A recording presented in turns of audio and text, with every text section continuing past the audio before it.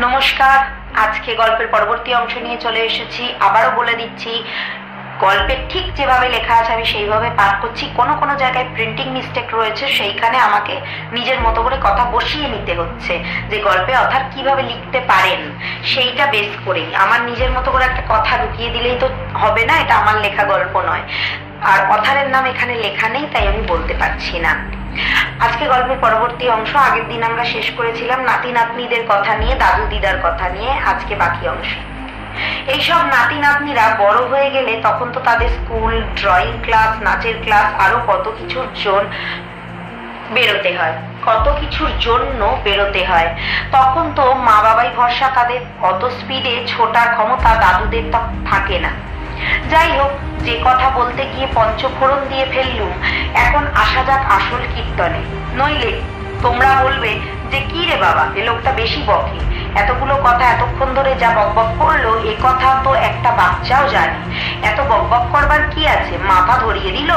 এখন এই মাথা ধরা কাম কমানোর জন্য টিভি দেখতে হবে। কেন টিভি কি জন্য দেখতে হবে? বা টিভি দেখতে হবে না, এখন তো টিভি সব থেকে ভালো ডাক্তার। মাথার চুল থেকে পায়ের নখ পর্যন্ত কি করে সুস্থ সতেজ থাকবে সেটা তো টিভির চ্যানেলগুলোই একে একে বলে দেয়।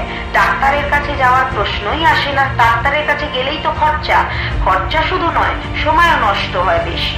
যাক যাক, ওসব কথায় কাজ নেই, আসল কথায় আসা যাক। নইলে আবার খবরের বিষয়টাই মাটি চাপা পড়ে যাবে। আর খবরটা চেপে গেলে আর একটা ঘটনার কথাও বলা হবে না।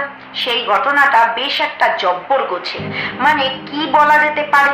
বলা যেতে পারে কিছুটা ভয় লাগার মতো ব্যাপারও, যাকে বলে ভয়াল, ভয়ঙ্কর। না না, তবে দুম করে আগে থেকে কোনো রকম ভয় পাওয়ার কারণ নেই। অবশ্য ভয় তো বলে কয়ে আসে না, আচমকা ভয়ে এসে হানা দেয় কখনো কখনো। সে যাই হোক, অনেক কথা বলা হয়ে গেল। বলতে গিয়ে একটা বিষয়ে কত কথাই না বলা হয়ে গেল। সত্যি, একটা কথার সাথে সাথে কত কথাই চলে আসে, তাই বলে কোনো কিছুই ফেলনা নয়। যাক, অনেক বকবক ঝকমক করলাম। যাক, অনেক বকবক ঝমঝম হলো।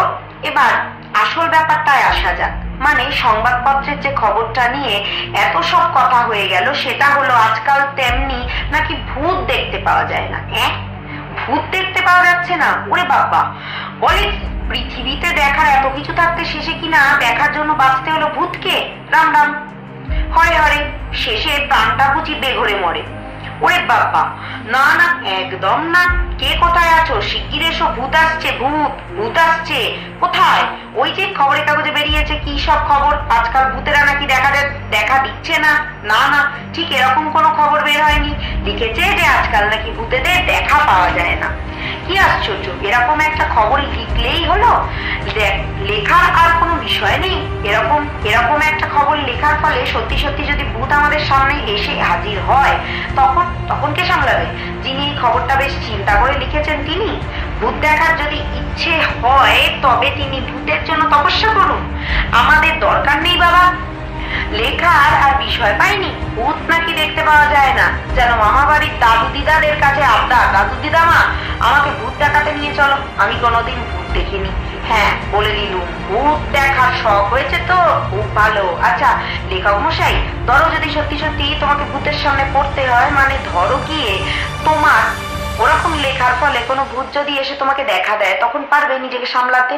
এমন সময় এসে দেখা দিল, ধরো সেই সময় তুমি ছাদে পাইচারি করতে করতে হাওয়া খাচ্ছ, তখন লোডশেডিং, বেশ গরম, কিন্তু ছাদে ফুরফুর করে মিষ্টি হাওয়া বয়ে চলেছে, হাঁটতে বেশ ভালোই লাগছে।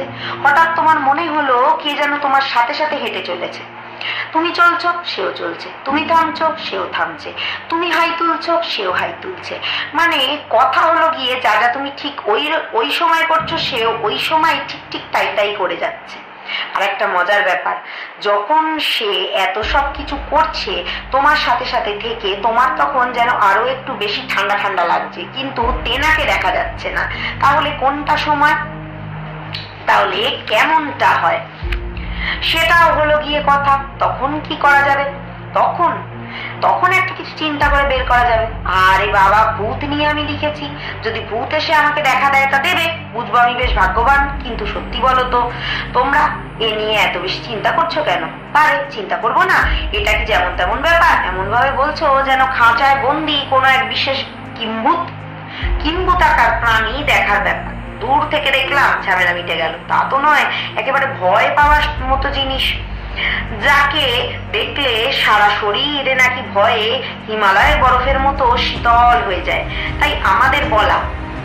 আমাদের বলা এর বেশি কিছু নয়। ভূত দেখতে হয় তুমি দেখো গিয়ে, লেখক মশাই, ভূতের সাথে কথা বলতে হয় তুমি কথা বলো গিয়ে, আমাদের কোনো দরকার নেই।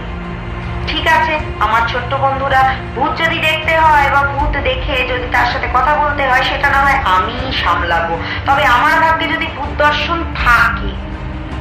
ধন্যবাদ, আজকের মতো এই পর্যন্ত। পরবর্তী পর্ব নিয়ে চলে আসবো।